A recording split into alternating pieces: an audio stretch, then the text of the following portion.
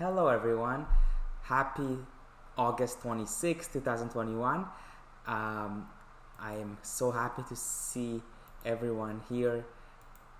Today I'd like to continue talking about some strategies that you can implement to be an effective leader and to change other people's mindset so they think like you, and then to change them without actually offending them or arousing resentment on your part.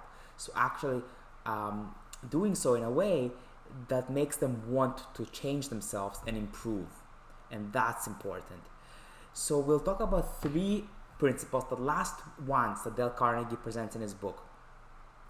So the first one of these last three principles is to respect others and their abilities and act as if somebody already has a particular trait that you want them to have. So if you want somebody to have so and so, you have to make them think that like they already have so and so, and you want to give them a reputation or a title to live up to and reinforce all the good behavior and praise, because if you reinforce the good things that they have, it's going to encourage them to improve, right? It's going to give them that motivation. So to build motivation, you have to focus on the good things that the person has rather than focusing on their shortcomings. You want to show the person that you believe and trust and have faith in their abilities, and even encourage for the slightest things. So even if it's something small, you still want to encourage them for it.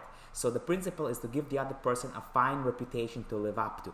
When you give a person a reputation or a title or some responsibility or some amount of authority, it will increase their sense of self-importance, and it will want to make them live up to your expectations. So you want to give a person a title or some authority. So that's principle number 7 in part 4.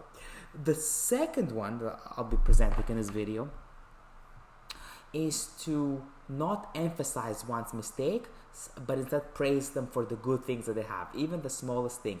That gives them a hope to improve. And when you do that, you want to make it seem easy, right? So you want to give them hope and tell them like, yes, they can do it, and make it seem easy, because that's going to make them more likely to actually engage in whatever you want them to do, right? So to get the person to participate in a task and improve, you have to make it seem like it's easy, right? I think I talked about this previously when I did a review of another book, I think Atomic Habits by James Clear. You want to make a habit, if a habit seems easy, you're more likely to do it.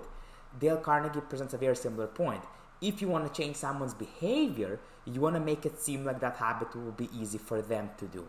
So you want to make it seem easy and suggest that they already have a natural ability that's just still underdeveloped, and they still have to develop it to flourish that ability.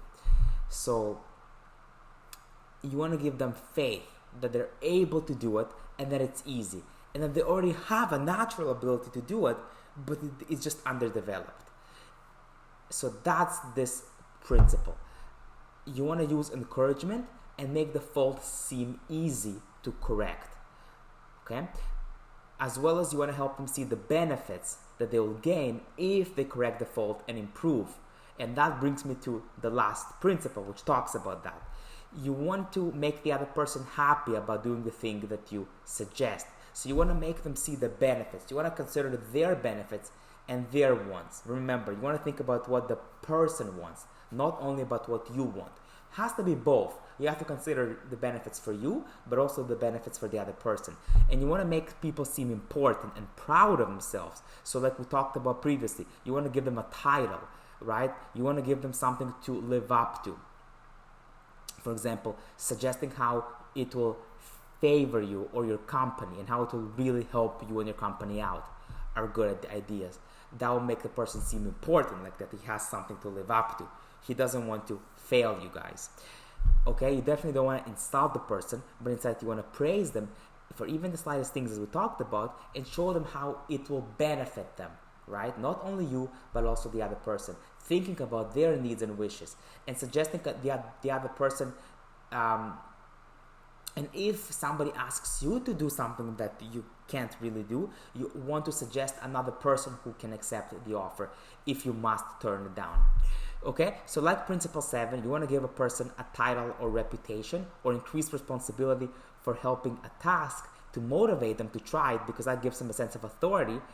But this principle, the last one here, also says that you have to make the person want to do it and make the other person feel happy about doing it. So the way to do that is by listing the benefits that this suggestion will provide for the other person.